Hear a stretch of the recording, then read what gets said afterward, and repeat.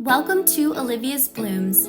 If you are new to my channel, I'm gardening in Charlottesville, Virginia, Zone 7B. I'm a home gardener who loves growing my own cut flowers and home decor with a focus on sustainable, regenerative, and eco-friendly practices. But most importantly, I'm here to support, share with, and learn from other gardeners, so I hope you will join me in growing this amazing gardening community. Hey guys, welcome back to Olivia's Blooms. It is a very windy but otherwise beautiful spring day, and I'm actually at my mom's house because we are going to be doing some landscaping for her birthday. And even though this isn't exactly cut flowers, we're going to be adding lots of blooms everywhere. We got some beautiful things from just the local garden center. I'll show you what those are, and we're also going to be doing a nice edge. So I thought you guys might want to see the project and see the before and the after. So first let me show you what it looks like and what we're going to be doing. So this is my mom's yard. It's small. They live in a townhouse, her and my dad.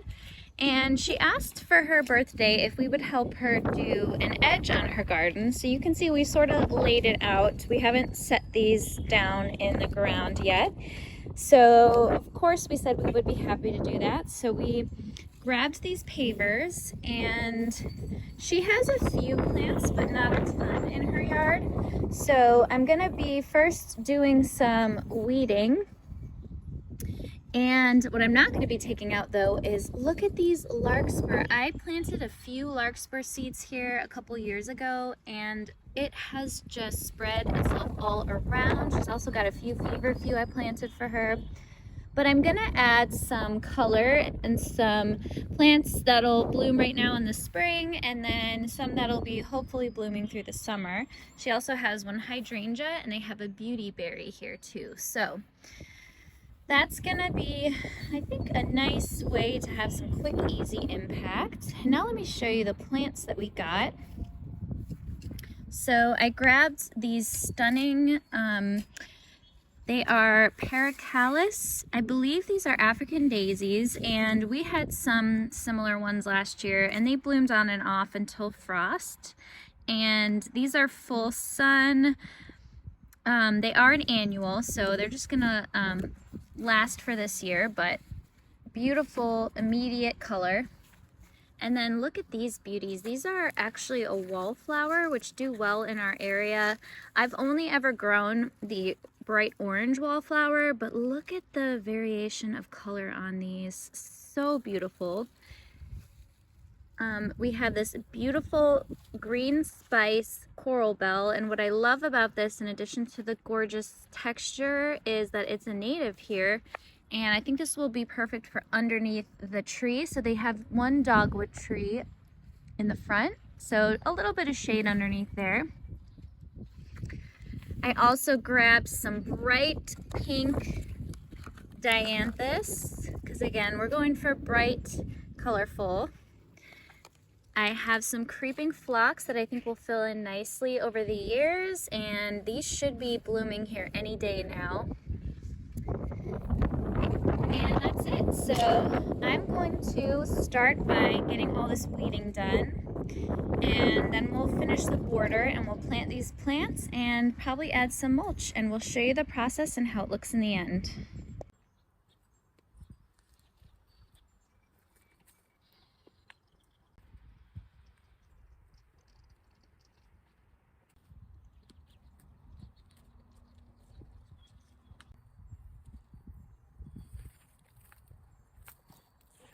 All right, I've got the weeding done, so next I'm going to kind of place the plants around, see where they look good before we get them in the ground. And my husband's gonna keep working on the edging. It's looking really good so far. But I know where these are gonna go. These are gonna go right under this dogwood, so I'm gonna place those first.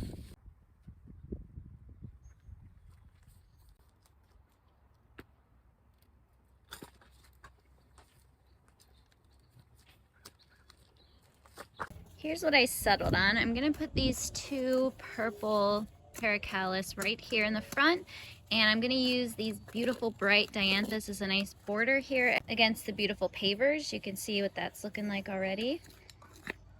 And then in the shade area, I'm going to put the 2 heuchera. I'll probably spread them out a little bit. And then I want to see if the creeping phlox will do okay under here. I think it should get enough sun in the spring to still bloom, and it'd be nice to kind of creep and fill in around this light here. And I think that pink will be a really pretty contrast to the green leaves.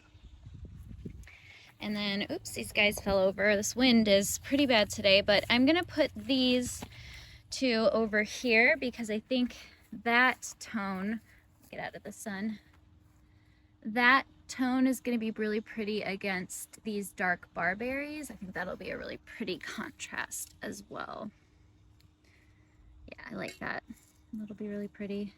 And these are perennial, so these will come back year after year. So again, that contrast and making sure it looks right in the garden will be important. So I'm going to go ahead and get these in. I'm not going to do anything special. I'm just going to dig a hole.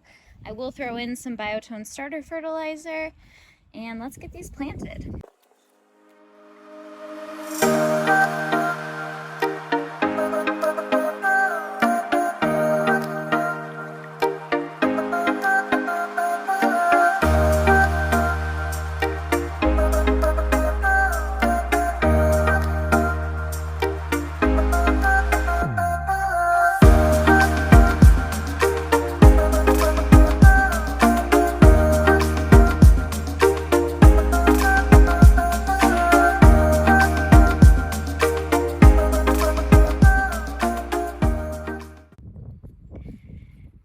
Everything's in the ground, so now I'm gonna water these all in, and then we'll get the mulch on for that finishing touch.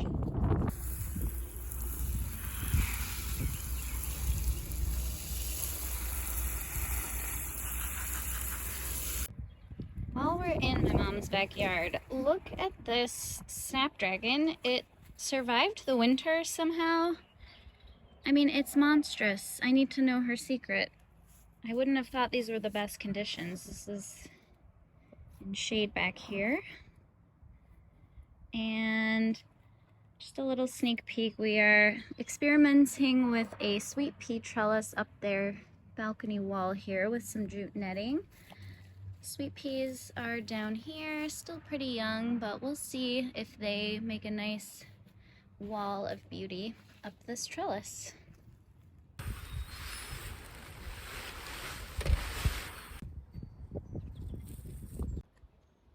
Here's the finished product with the mulch. The mulch just makes everything pop. That's why I went for these bright colors. And you can see this hydrangea is going to leaf out here soon, and this beauty berry back here will have some nice green until the fall, and that's going to be a really nice backdrop to this little front.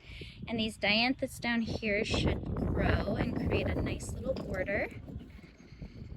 And you can see there's going to be lots of larkspur and feverfew blooming here soon. And then under the tree we have 2 more of the dianthus that aren't quite blooming yet, but they should be soon.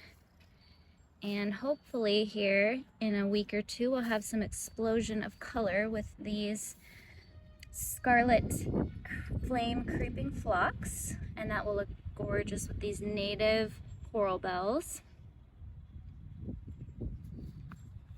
And then finally we have this wallflower. If I can get my shadow out of the way. And I just cannot get over these multi-colored blooms. So stunning. So one tip that I should have thought of beforehand, and I didn't realize until I started actually digging here, but anytime you are digging in an area with a tree and any sort of established tree, you want to buy shallow rooted things, and I absolutely did not. So it was a challenge. I should not have bought something with this big of a root ball. That's the heuchera, and then the phlox had an especially big root ball. Not the best. You can still manage it. As you can see, I got them in the grounds, but I had to do a lot of digging around giant roots and manipulating the root balls a little bit. It's much easier to put a shallow rooted plant in and have it grow larger around those roots. So I'll remember that for next time, but it still worked out, and I think my parents are really going to enjoy their garden this spring.